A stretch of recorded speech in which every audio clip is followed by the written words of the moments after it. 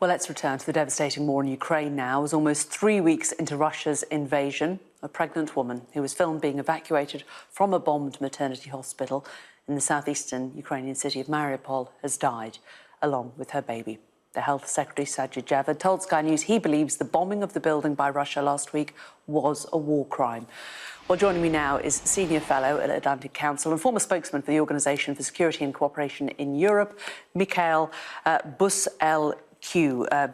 Good to talk to you today. Thanks very much. We've seen what's happened in the last couple of days. The new blast that we saw very close to the Polish border. You're in Lviv. How has that changed things on the ground? Do people there feel less secure now? Well, thank you for having me. Well, first of all, it's very difficult to be sitting here and witnessing what is, in effect, the destruction of a nation. Very, very difficult. And the tragic death of that pregnant mother and her baby is just so tragic. And if that isn't a red line that's been crossed by the Russian Federation, I don't know what is. In terms of the bombing, there was a barrage of long-range Russian missiles early yesterday morning that struck that training base for NATO soldiers. They were training their Ukrainian counterparts. They've been doing so for years. Very, very close to the Polish border. In fact, something was felt on the Polish side. This is a clear provocation to NATO. This is a very careless act by Russia to, I think, draw the West, draw the EU and NATO into the conflict with potentially devastating consequences. We're heading into very dangerous, uncharted territory at the moment. But in the meantime, we're getting some news lines coming out of the Kremlin, and they are saying that the West, in their words, and these are the words of the Kremlin, the US and the EU are trying to tempt Russia into attacking major population centres in Ukraine. We consider that is a provocation. So that is their response to that. Yeah, well, to that I say that's ridiculous. They're the ones who started this conflict, not Ukraine, not the West. Ukraine has a right to defend itself. I was here in 2014 with the OSCE when the Russians illegally annexed Crimea, and they also occupied Donetsk and Luhansk. At that time, the Ukrainian army was in very, very bad shape, and thanks to countries, allies like the United Kingdom, the armed forces have been able to build themselves up to the point where they're able to at least defend themselves.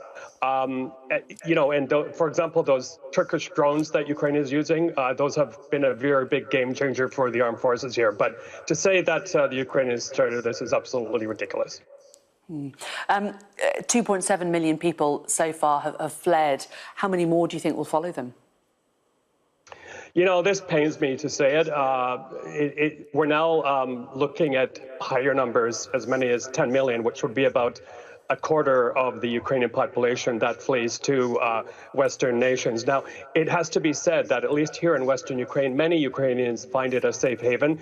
So they're going to protected spaces. For example, the Ukrainian Educational Platform is one of the NGOs that are helping people actually stay here, because if you talk to any UN agency or anyone dealing with refugees, they will tell you that it's far better for people to stay in their own country rather than flee abroad. But having said that, as we just talked about, this strike on Western Ukraine makes this a lot less of a safe place. In fact, I can tell you just below me where I'm staying, I can't tell you exactly where I'm staying, but it's basically overnight been turned into a military command center. Places are being boarded up in Lviv. The character of the city has really changed in the past 24 to 48 hours. How long do you think you will stay there for?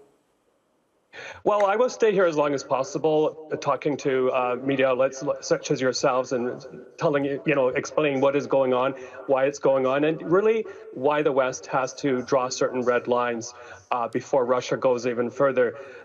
Again, that provocation, bombing that training center near the Polish border, indicates to me at least that Russia is prepared to go next into NATO countries such as Poland. But there are a group of people, myself and others included here, who are prepared to stay as long as we can and, if need be, seek safer shelter outside of Lviv. It's very important that Western eyes that are trained be here.